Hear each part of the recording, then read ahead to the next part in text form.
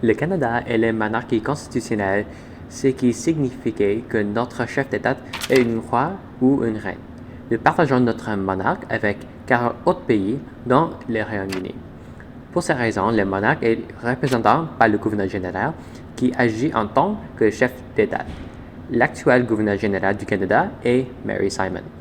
Dans les provinces, un lieutenant-gouverneur remplit le même rôle que le gouverneur général, mais à l'échelle provinciale.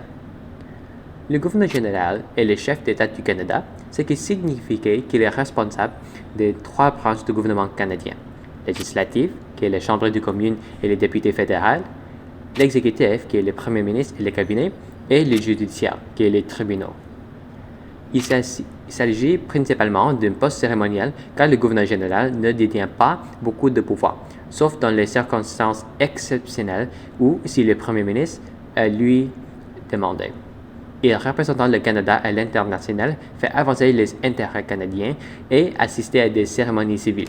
Par exemple, le 17 gouverneur général, Harold Alexander, a parcouru tout le Canada et assistant à des événements et honorant les compétitions sportives et les contraintes des dirigeants étrangers comme le président des États-Unis et celui d'Irlande.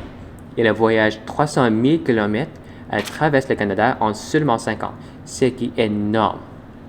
Le gouverneur général détient tout de même certains pouvoirs.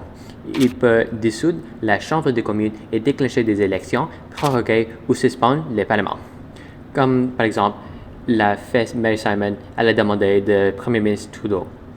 Et approuver les projets de loi avant qu'ils ne deviennent de loi. Il est également le commandant en chef des forces armées canadiennes, ce qui signifie qu'il est techniquement à la tête de notre armée.